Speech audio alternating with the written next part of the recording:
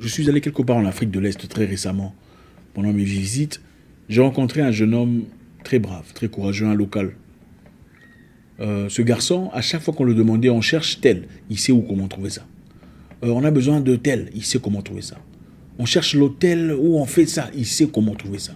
On cherche un pneu d'avion, et lui, il sait comment trouver ça. À un moment donné, il est venu me dire, mon vieux, je sais que je ne suis personne pour vous. Mais depuis longtemps, j'ai toujours été conducteur de Uber. Mais j'avance très difficilement. Parce que je n'ai pas ma propre voiture. J'ai besoin d'une voiture. Je vais avoir une voiture. Et ça m'aidera à avancer, à progresser. J'ai regardé le courage dans les yeux de ce garçon. Le feu de vouloir avancer dans la vie. Je lui ai dit, qu'est-ce que tu veux que je fasse? Il m'a dit, je veux une voiture. Je lui ai demandé, ça coûte combien? Il m'a donné un prix.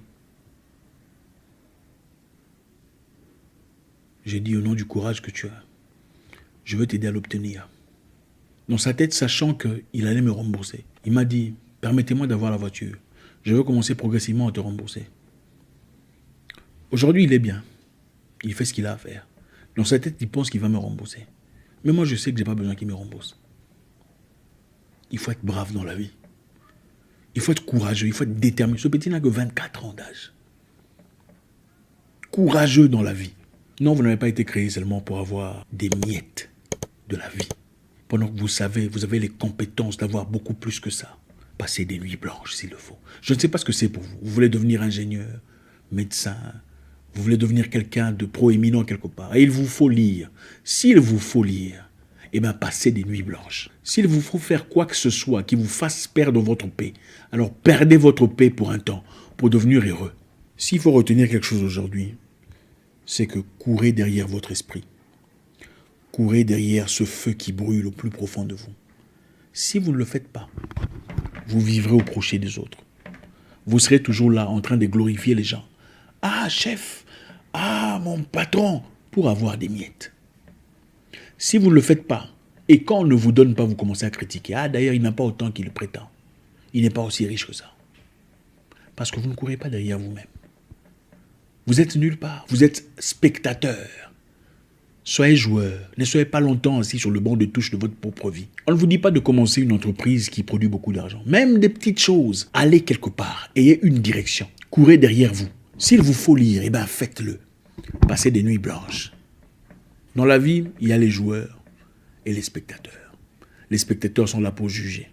Ils sont là certainement en train de regarder mon visage, en train de regarder comment je parle, pour critiquer, pour peu importe.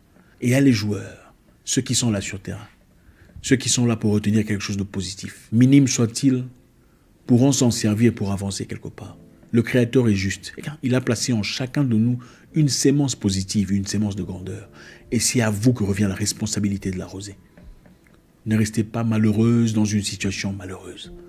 Trouvez votre part. Vous savez, il y a plusieurs façons de vivre sa vie. Il n'y a pas une seule façon figée, définie, fermée. Il y a plusieurs façons de vivre sa vie. Vous savez, on peut vivre bien avec 1 000 $, 2 000 $, 10 000 $ le mois. On peut aussi vivre avec 50 $ le mois. Ou même 40. Il y a certains qui n'ont que 30. Ça ne sera pas aussi glamoureux, certes. Pas aussi pétillant, pimpant, mais on peut vivre. Dans la vie, il faut courir derrière ses objectifs. Il faut accomplir quelque chose. L'objectif de la vie, ce n'est pas seulement aller à l'école, être formé pour avoir un emploi bien précis, travailler pour quelqu'un dans un bureau, prendre le métro chaque matin, vous savez.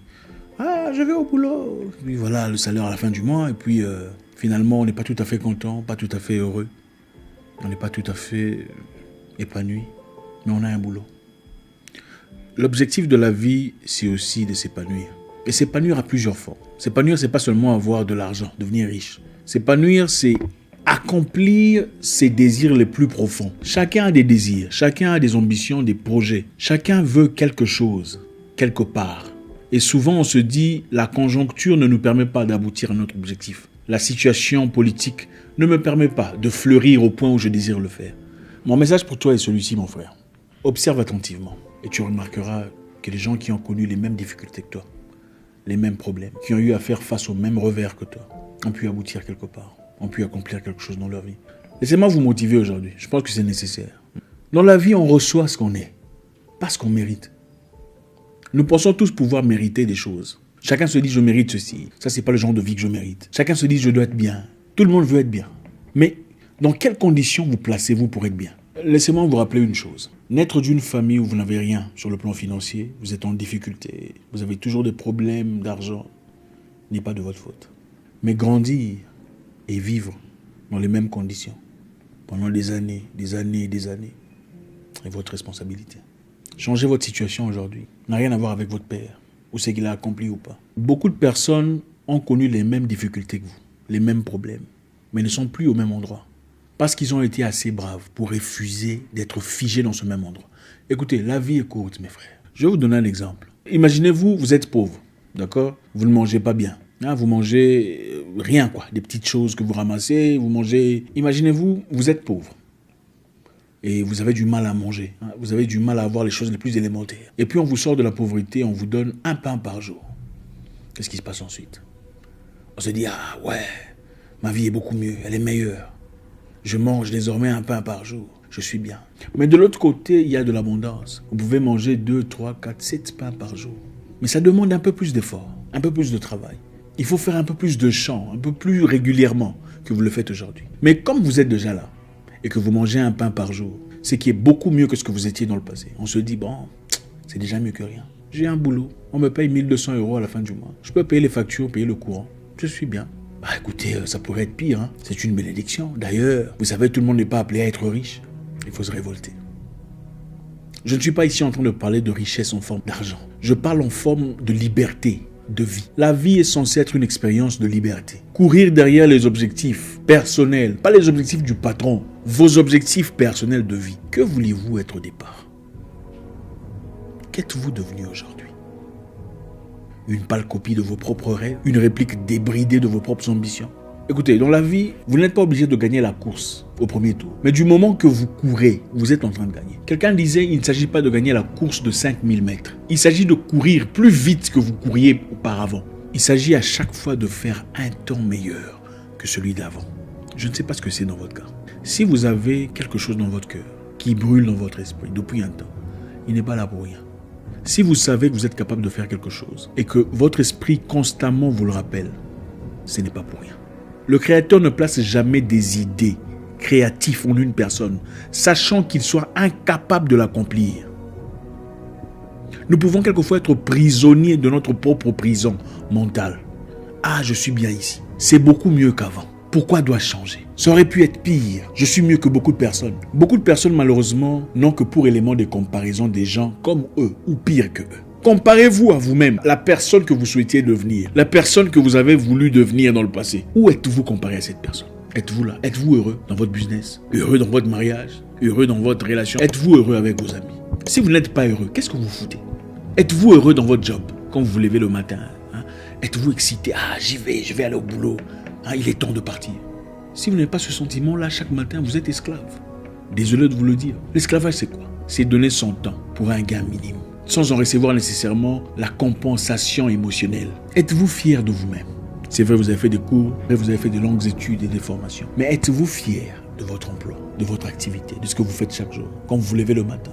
Si vous ne l'êtes pas, ça veut dire qu'il y a autre chose dans votre cœur. Et vous le savez. Ne l'asphyxiez pas. N'étranglez pas ces choses qui brûlent dans votre cœur, même inconsciemment, parce que vous pensez que c'est difficile. Vivez pour quelque chose. Il ne s'agit pas de gagner la course directement. Il s'agit de chaque jour faire un pas. Lire un livre en accord avec vos objectifs. Suivre une vidéo en accord avec vos objectifs. Allez sur YouTube. Développez vos capacités en lisant, en étudiant. C'est gratuit. Moi, comme je l'ai dit dans le passé, j'ai fait une formation de Prince2. C'était sur YouTube. Project Manager. C'est là que j'ai commencé. Cela m'a ouvert des portes. Que faites-vous aujourd'hui pour changer votre vie demain? C'est facile. Quand vous ne foutez rien, vous commencez à remarquer les gens. Regardez, il est habillé comme ça. Je l'ai vu l'autre fois, elle était habillée comme ça. Ah, ce sont les mêmes chaussures. Parce que vous ne foutez rien de votre vie. Ah, l'autre a fait ça. Monsieur tel est en train de sortir avec. C'est parce que vous ne foutez rien dans votre vie. Elle est devenue orgueilleuse. C'est parce que vous n'avez pas d'objectif de vie. Beaucoup de gens vivent sans objectif. Ils sont là, errants sans comprendre. Ils sont nulle part. C'est comme une voiture, vous mettez le GPS, mais sans indiquer la destination finale. Vous êtes en mouvement, mais vous n'allez nulle part. Mais vous ne vous rendez pas compte. Mais comme la voiture bouge, vous pensez que vous avancez. Vous n'allez nulle part. Chaque année, vous combattez les mêmes démons, les mêmes problèmes d'argent, les mêmes difficultés socio-économiques, les mêmes problèmes, les mêmes échecs. Chaque année, vous priez à un Dieu fort, puissant. Chaque année, vous pleurnichez pour les mêmes histoires. Non, il y a quelque chose qui cloche. Qu'est-ce qui brûle dans votre cœur? Ça pourrait quelquefois nécessiter des sacrifices énormes, tels que changer de ville, une chose qui n'est pas facile à faire, aller ailleurs, changer de pays, changer de continent. Mais si c'est ce qu'il faut faire, au nom de la vie que vous avez, faites-le. Ça pourrait quelquefois nécessiter des changements radicaux, couper loin de vous, mettre hors de votre portée certaines personnes, pour avoir la paix, pour avancer, pour avoir des idées claires. Dans la vie, il faut être brave, il faut être courageux. Dans la vie, il faut être stoïque. La vie appartient aux courageux, pas nécessairement aux plus intelligents. Un intelligent sans courage et bravoure est nulle part.